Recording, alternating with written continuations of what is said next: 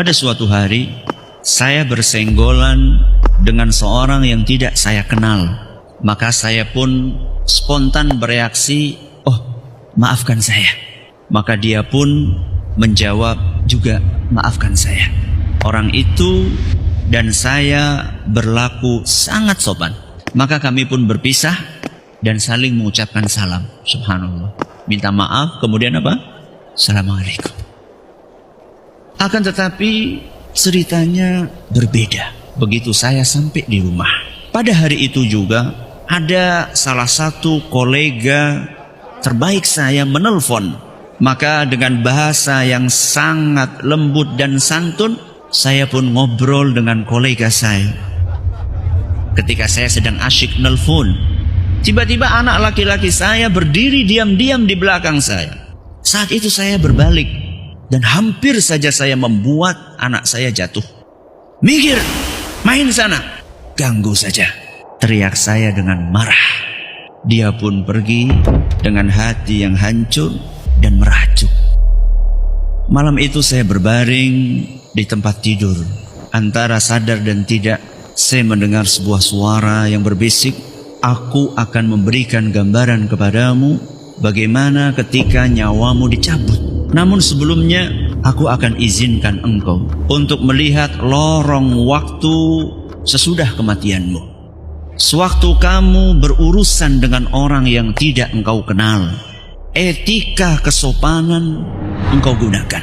Akan tetapi, dengan anak yang engkau kasihi, engkau perlakukan dengan sewenang-wenang.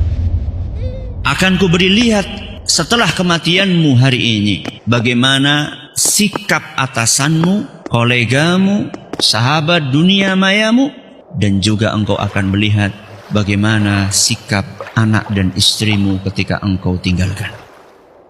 Aku pun melihat hari itu saat jenazahku masih diletakkan di ruang keluarga. Ternyata hanya satu orang, sahabat dunia mayaku, yang datang.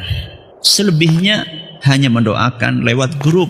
Bahkan ada yang sama sekali tidak komentar apapun atas kematianku.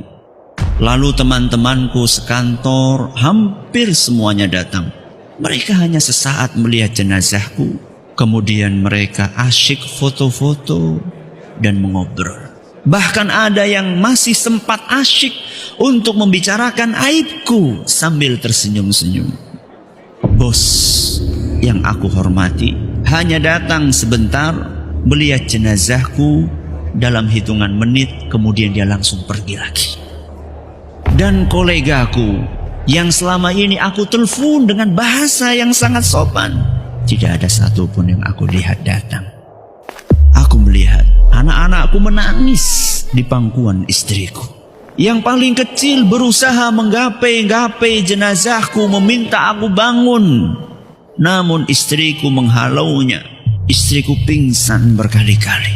Aku tidak pernah melihat dia sekacau itu.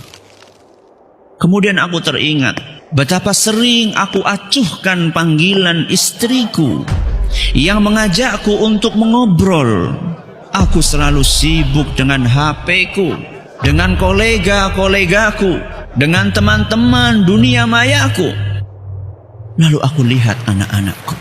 Sering ku hardik dan ku bentak mereka saat aku sedang asyik dengan ponselku. Saat mereka ribut memintaku untuk aku temani. Ya Allah, maafkan aku.